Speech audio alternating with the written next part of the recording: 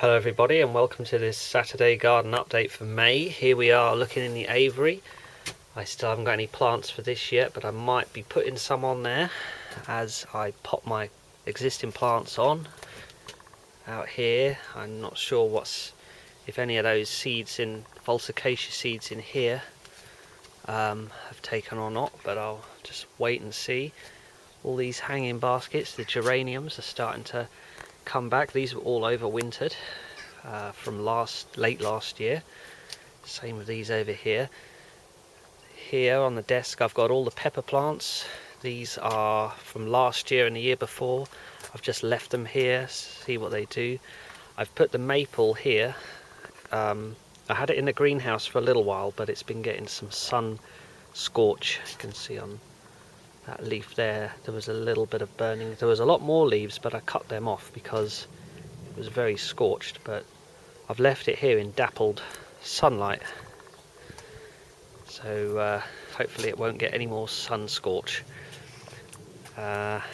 Outside the buddleias, this buddleia, yep, definitely looks like it's no longer about, and even the little bit of green down there has retreated. This one, however, really good. I was going to put one here, I think. Here's the desk. We've got some sunflowers, some plants I got from work, and more cuttings of a different type of geraniums starting to come back with flowers. This will maybe sometime next month get the flowers and the bees. Some of the flowers already open. Here's the greenhouse. Got loads of cuttings in here, starting with what's on the ground. Here's some plants I got from work which were going to be thrown away, but I rescued these few.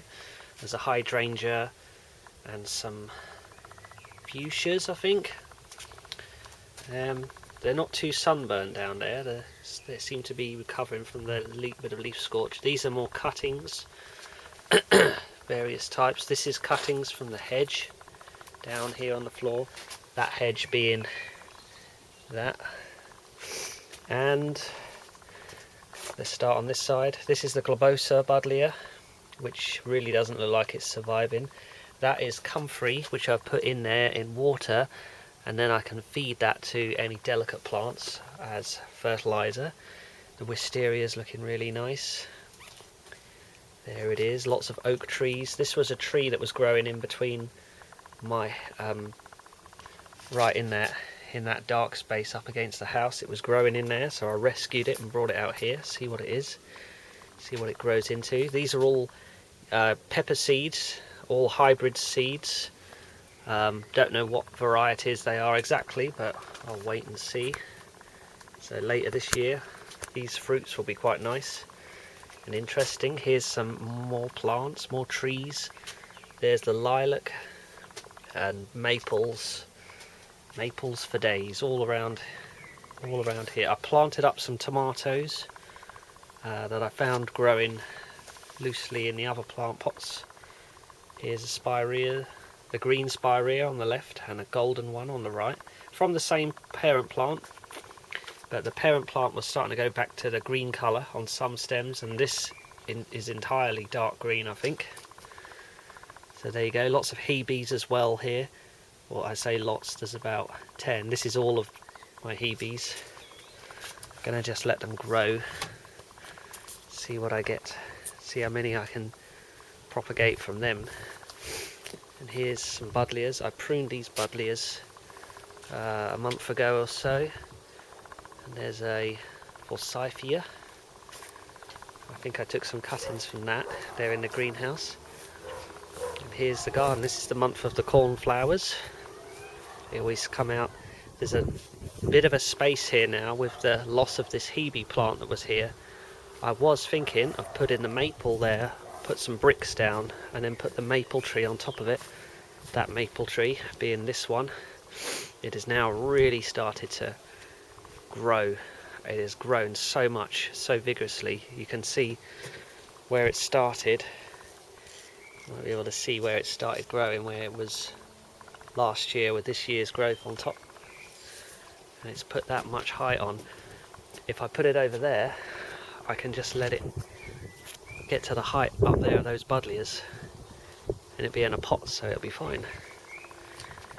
But yeah, that's all in the pipeline. I'm thinking of putting it there anyway, because I want to put the Acer in the original pot.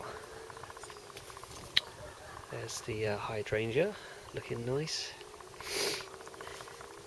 Yeah, so eventually I'll put the Acer here.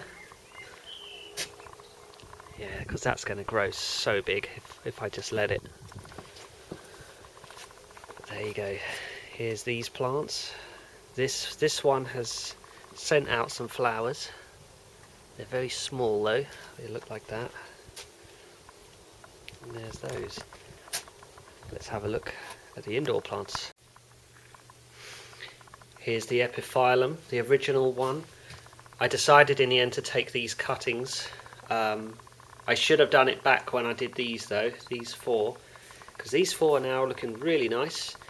I had a bit of trouble with these. I didn't let them harden off, and I just popped them straight in the soil, and they started to go rotten at the bottom, so where the soil was touching it. So yeah, always let your epiphyllum cuttings harden for at least a few days first, and then they can grow a little more without the risk of getting infected. These I took last November. They have really started to send out their leaves, looking really nice.